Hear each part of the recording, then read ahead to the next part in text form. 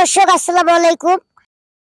মামু ভাগিনা অনেক সুন্দর একটা গল্প করেছি, যেটা আপনারা পুরোপুরি না দেখলে বুঝতে পারবেন না যে আসলে গল্পটা কি উদ্দেশ্য করছি। বিষয়টা হলো কিছু কিছু এরকম মনে করেন যে একটু অন্যরকমই বলি, খাচ্চার যারা মানুষ আছে, যারা একজনের থেকে আরেকজন টাকা ধার নিয়ে আসে, ধার নিয়ে আসার পর বিভিন্ন রকম কথাবার্তা বলে, টাকা দেয় না, ঘুরায়।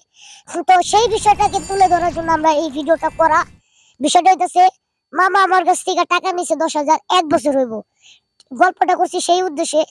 মামা আমাকে শুধু ঘুরায়, বলতেছে এই বছর না সামনে বছর, সামনে বছর না তারপরের বছর। তখন আমি বললাম যে মামা, বিষয়টা হইতেছে এই যে বাসটা যে দেখতেছেন, দুঃখে বললাম যে এই বাসটা হয় টাকা দেন, নাহলে এই বাসটা আপনি আমারে দেন, তাও আমি শান্তি থাকি। কি মামা, ঠিক না? হ্যাঁ, সেই জন্য বলছে, অনেক রাগে বলছে। তবে আমার মনে হয় আপনারা যদি কারো কাছে টাকা পাওনা থাকেন, এর মতো যদি বাস দিয়া যান, তাহলে মনে হয় টাকা আদায় করে নিয়ে আসতে পারবেন।